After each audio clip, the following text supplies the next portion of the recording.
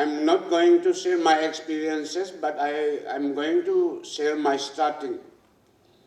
So, respected conductor and organizer of this precious program, I am greatly honored to be here with you in your midst this evening.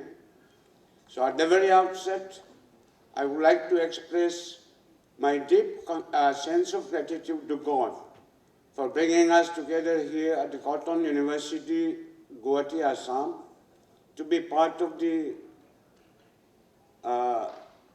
Restoring Natural Ecologies 2025. Secondly, all the scientists, researchers, and conservation practitioners, and ladies and gentlemen. My name is, like Madam has said, Mr. H W Fowler Darnei from Saipung. Saipung is a very remotest area, village in Meghalaya as well as in my district, that is East Darnei Hills, bordering with Dima Asau district of Assam. As we all know, that India offers unity in diversity. The same way, different persons have different identity and belief, which cannot cater different persons in one or common platform, but forest and community conservation or restoring natural ecologies bring us together here in one purpose. So, before going to my title of talk, I would like to request each of you to understand me, because I am a survivor of cancer, tongue cancer. Last year I was operated in Shillong Woodland Hospital, and since there was no chemotherapy and radiation, I was referred to Health City Hospital here in Guwahati, Khanapara. So on the way of my speaking, I may stop a little bit and drink water for just to wet my mouth. So please try to understand me. So coming to my title of talk, let me begin with telling my short stories. I studied up to class 7 in my village, Saipung, since there was no secondary school or high school that times in 1987. So I went to Jawai, my district capital, in the year 1987 and worked first as a master role in irrigation office in Jawai to support myself, because I am coming from a very, very poor family. No one is there to support me for my studies. So first, I worked like a master role in irrigation office, and then took admission for class 8 at the Jainti High School morning shift, and studied there till my passing of matriculation. When I reached class 10 also, I failed my pre-selection test for once, and I failed my matric final examination for 5 times. That means I studied 8 years in class 10. And joking also. But what to do? I was coming from a remote village, no education background. I was the first learner, so I fought with my mind and got through matriculation. And during my study in class 10, I left master role job. Luckily, by God's grace, I joined World Vision of India BTA Community Development Project as a social worker. And within a short period of time, it seems, my bosses are pleased and my bosses saw me fit to deal with office assistant and accountant. So accordingly, I was promoted to office assistant cum accountant. And again, in a short period of time, promoted to the project manager. I served there in the World Vision of India BTCD project for 4 years and 9 months. And during my services to the project, I got a chance to attend different kinds of training like office administration, maintenance of files and accounts, etc. So and then,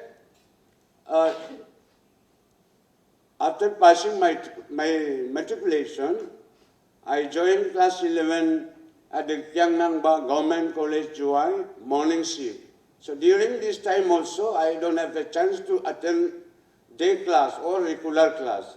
I attend morning class and taught in school in the daytime. But luckily, during my studies in college, I never failed even one test also. But I passed or I got through the test exams and final exam till my graduation. And luckily I got the chance to attend my convocation, that is 13th Nehru convocation in 2003 at Nehru campus, Shillong. So when I was in July, I attended typing training. I passed typing training.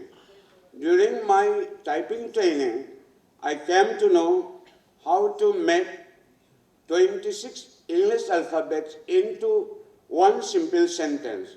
That is, the quick brown fox jumps over a lazy dog. So from there I learned this simple sentence. Then next, I used to be the active member of Young Men Christian Association Juai branch, and during this time I used to work also, the work related with conservation and environment on the river bank of Mimantudu River. Mimantudu River is the only river and the biggest river surrounding the town of Juai. And also I taught at the Jaintia English School in Juai. And at the same time, I work also as an office assistant and accountant.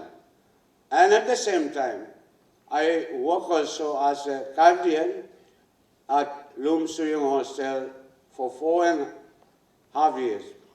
And also, I used to involve actively with the Shalom Ministry in organizing different programs for the youth of Jaintia Hills and the JNV school students of Mugula, West Jaintia Hill district of Meghalaya. And also, I used to be active and participate in football competition. And I used to be also the president of the Juai BTA Students Association. And also, I used to be interested in sporting. And accordingly, I used to take part in Kiangnangba Government College Weeks and sports, and receive also gold medal in javelin throw, discus throw, and second prize in quiz competition. And I left Jaintia English School and taught at the Saipung Secondary School at the request of the Saipung Village Durbar, later became the headmaster of the same school for 1 year, and during my headmastership, 9 students out of 10 students passed their matriculation. And brothers and sisters, I am proud to inform you that my former students became gold medalists in BALLB Arunachal Pradesh 2024, who are coming from Arunachal. I think you might know him. He was the gold medalist in BALLB and got a job as a lower primary teacher and attended District Institute of Education and Training at Thalaskeen, West Jaintia Hill District, Meghalaya, and passed in the first class position. I was deputed to Sarva Shiksha Abhiyans as a block resource person at Saipung block and later promoted to the block mission coordinator. As a block mission coordinator, my duties included planning, implementation, awareness campaign, inspection, and accounts. And also the president of the Horticulture Organization of Meghalaya 2 years, and during this time, only the BTA people get the chance to celebrate the Nullinkut. Nullinkut in English, Festival of Renewal of Life, which we used to celebrate once in a year on the 11th of January. And the first vice president of the General Cultural Organization, Assam and Meghalaya, for 3 consecutive years. Excuse me.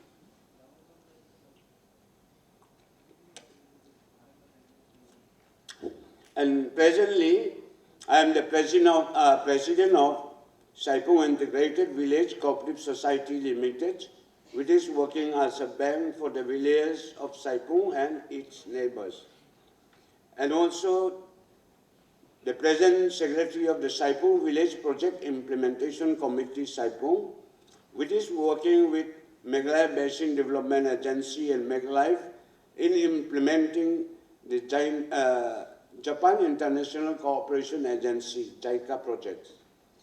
And also the president of Saipung Community Conserved Area Committee. And at the same time, I'm the president of the Meghalaya Community Conserved Areas Forum. Then next, my involvement in Saipung village on environment and conservation. So before going to July, I used to be good at fishing to near and far off rivers, and there used to be a plenty of fish of different kinds. I used to follow and accompany village center for hunting birds and wild animals, both in the daylight and night. And there used to be plenty of small and big birds and wild animals during those days.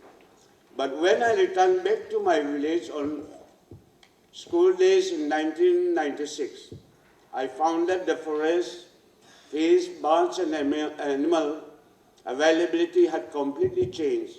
Fish were not there to be seen in the daylight. Birds flying and singing was nowhere to see and hear, forget wild animals. These eyewitnesses and personal experiences deeply touched my heart and impacted my thinking. I therefore personally decided to stop shooting birds and killing of small and big animals and started fencing a plot of land gifted to me by my father and planted different kinds of trees and fruits by collecting from other areas and buying saplings from farmers of our village. And after 6 to 7 years, I collected again different kinds of orchids from the surrounding 27 villages and planted or tied on the trees. This plot of land was only a small and short grassland, but now become a forest, where we can collect wild fruits for eating and medicinal purposes. I have also constructed a fishery pond 1,500 square feet in the middle of the forest, where people have the chance to spending their leisure times and fishing. This forest and fishery pond is located near the village of Saipung and by the roadside. At the beginning, the people who passed by the road used to tease me in one or the other way.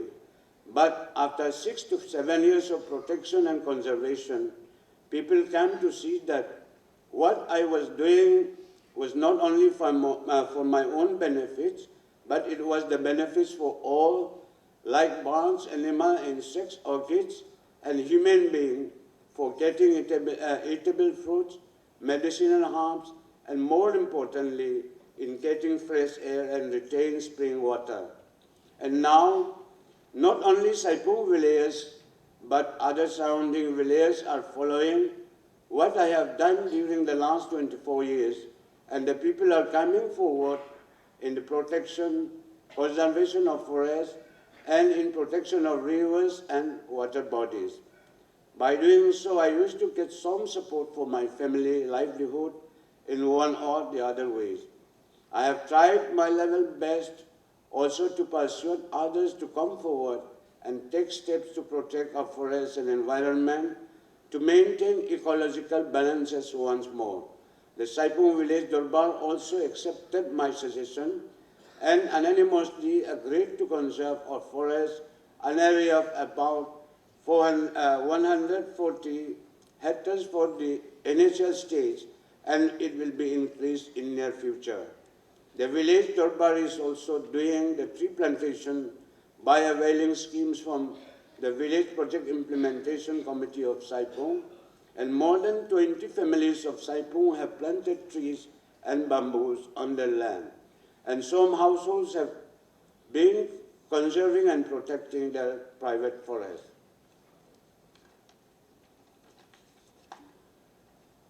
Formation of Meghalaya Community Conserved Areas Forum. The Meghalaya Community Conserved Areas Forum, the first of its kind in the state, was formally formed after the first and second state-level Community Conserved Area convening meeting organized by the Foundation for Ecological Security at the Ukyangangba Guest House, Nehusilong, on the 4th March 2025 and on the 6th of May 2025. The first workshop was attended by a total of 56 members, including community leaders and stewards from 21 villages under 7 blocks across the state, spanning from East Khasi Hills, Southwest Khasi Hills, East Jainte Hills, and South Garo Hills, and representative of the Nagaland Community Conserved Areas Forum. And the second workshop was attended by 65 participants from 42 villages across 8 blocks, spanning from the East Khasi Hills, Southwest Khasi Hills, West Khasi Hills, East Jainte Hills, and South Garo Hills. The workshop provided a platform for the members of diverse community to share their experiences, challenges, and journeys, and the governance and management of the community forests and other natural resources. The forum would enable better information sharing, strong collective effort, common guidelines, improved technical know-how, and improved recognitions and support among the members. So 7 temporary ad hoc members across 3 regions entrusted with the roles and responsibilities of the forum, comprising of 5 males and 2 females, were selected, and they are as follows. President myself is Sri H W Fowler Darnei from East Jainte Hills. Vice President Sri Tuminji Momen, South Garo Hills. Secretary Sri Attentions MD of Southwest Khasi Hills. Assistant Secretary Sri Silmi S. Sharma of South Garo Hills. Treasurer Srimati Priyanshi Swer of East Khasi Hills. Information Secretary Sri Minglan Longkhoy of Southwest Khasi Hills, and Publicity Secretary Sri Preston R. Marak, South Garo Hills. At present, there are 44 active CCAs in Meghalaya. So next, why Meghalaya Community Conserved Area Forum is for? Number 1, for conservation of wildlife and forest. 2, for protection of ancestral land and community rights. Number 3, for preservation of illegal deforestation and logging. Number 5, for promotion of sustainable livelihood, etc. Number 6, for protection of water catchment area. And we have challenges.